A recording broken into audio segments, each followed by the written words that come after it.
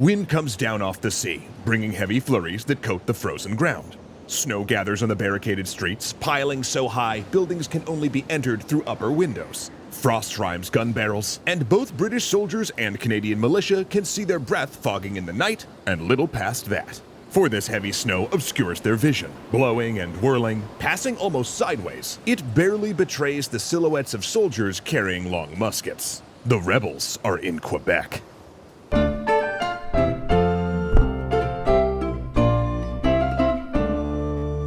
Thanks so much to the Extra History Calendar for sponsoring this episode. Wait a minute, that's us! Come be a part of our first ever Kickstarter campaign after the episode at the link below. Because not only do we think you're really gonna love it, but we paid a fortune for this ad.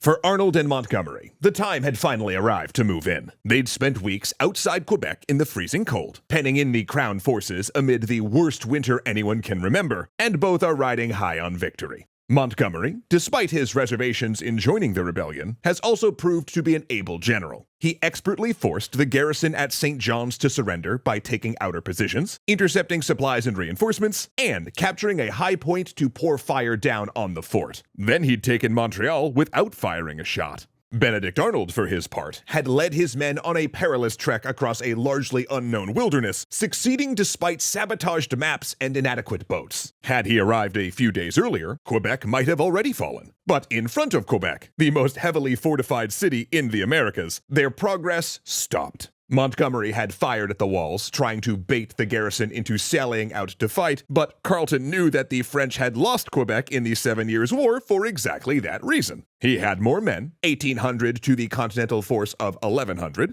bigger guns, and 8 months of supplies, so he settled in for a siege to wait the rebels out.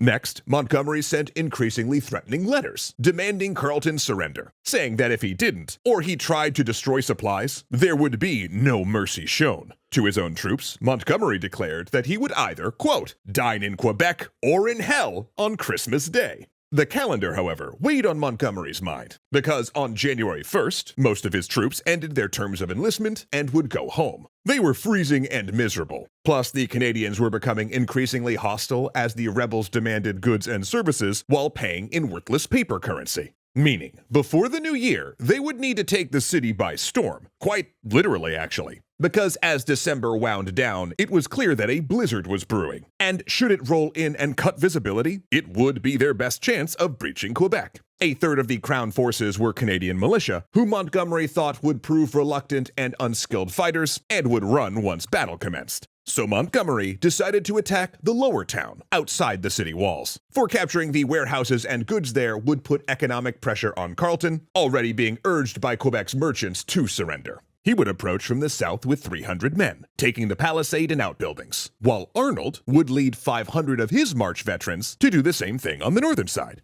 Also, diversionary attacks would pull British defenders to the eastern and western sectors. And at 5 a.m., a rocket rises into the air, signaling the start of the assault. 90 minutes later, Montgomery's men creep into the city. To get there, they've had to negotiate a path 2 feet deep in snow and slide down a cliff with their coats pulled taut like a sled. He finds the town eerily quiet in the falling snow. They reach a wooden palisade, and Montgomery peers over its edge.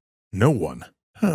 He starts yanking out poles, making a hole for him and his soldiers. Now, Montgomery might have been a reluctant rebel. He might have even gotten his commission when his father-in-law had submitted his name without his knowledge, but he is a solid, charismatic commander who is leading from the front rank. He urges his men forward through the blinding snow. "Come on, my good soldiers," he says. "Your general calls you to come." There's now a 2-story blockhouse ahead. He draws his sword, ready to storm it. Then, as he approaches to 50 yards, the winds swirl and the snow parts, revealing 4 cannon in the blockhouse's window, pointing straight towards him. The faces of British soldiers float ghostly in the dark behind. Oh no. He opens his mouth to yell, but the blast covers the sound.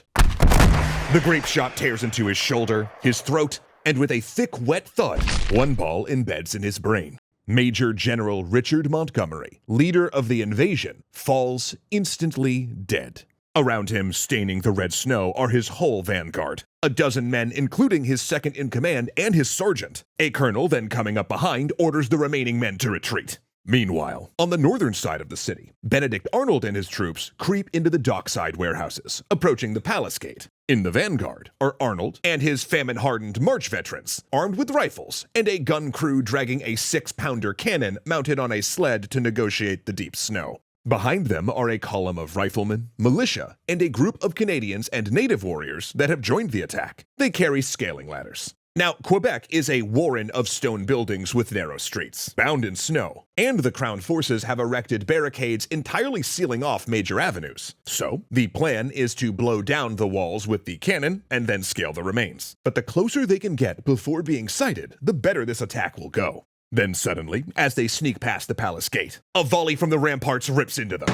Iron grenades, their fuses hissing, arc down from above, embedding in the deep drifts and blowing up coughs of shrapnel-laced snow. They rush forward to get out from under the fire, abandoning the heavy cannon when it lodges in a snowbank. They still have the ladders, though. Skirting the city, they pass into a narrow street running right against the shoreline, turning the corner to see another heavy barricade, this time more like a wooden wall. The street in front of it is narrow, choked with snowdrifts. Muskets bang behind the barricade. 2 cannons jet smoke, and he can see heads moving. Having lost his cannon, Arnold has no option but a frontal attack. He yells and waves his men on. They rush forward with ladders, while muskets stab and bullets whiz by, ricocheting off the walls and cobblestones. Suddenly, Arnold trips, hot pain in his ankle. Oh, he's been hit. Stung by one of the many bullets bouncing around the lane. He can no longer walk. 2 men grab him, helping him stay upright and move to the rear. He limps away, still calling encouragement to the men he'd led through starvation and wilderness. Captain Morgan takes over, urging the troops onward. He makes the barricade, shoving aside a hesitant rifleman and scaling the ladder, but then a musket goes off point blank,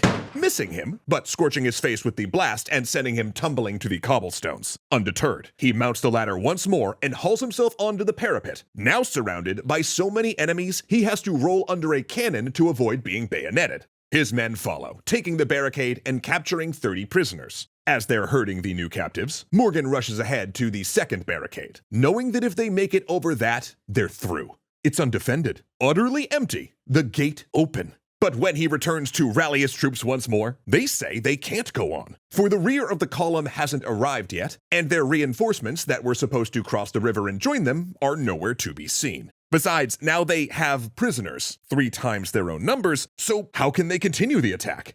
Morgan, frustrated, argues, but it's 30 minutes before the rest of the column arrives, and he can make an attempt on that second barricade. Now, however, they are met by heads moving on the parapet, and a party of Royal Navy sailors led by their officer who come out of the gate to meet them. The naval officer demands Morgan's surrender, but instead, Morgan shoots him dead. The Americans yell, surge up the street, shouting that Quebec is theirs. They place more scaling ladders, but then they're pushed away, shots driving down on them. Men take to the houses on the street, trying to outflank the barricade, battling room to room with bayonets and point-blank fire, but the attack is eventually repulsed. Morgan orders his men to shelter in buildings and regroup for another attack, but they're too afraid. For anyone stepping into the street at this point is cut to ribbons with a volley. As the hours pass, their ammunition begins to run dry, and they realize that the British soldiers are now behind them. They're trapped, penned into the city they'd meant to capture.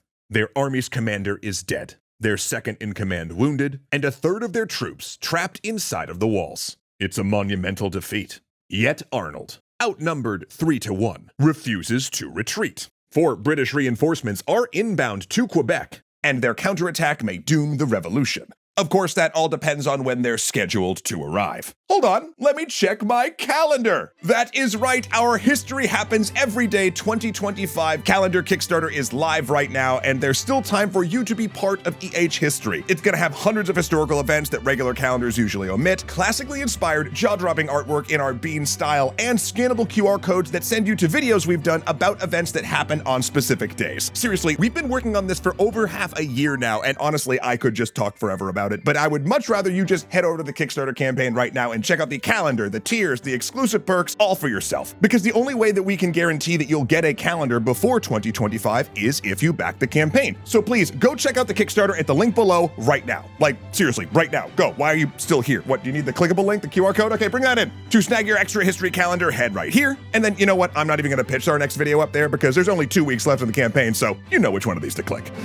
I gotta tell ya, Kuyakoi, Joseph Blame, Izzy Coin, Hunter Z, Fox Doc, Dominic Valenciana, Arcalite Games, and Angelo Valenciana are just the best legendary patrons.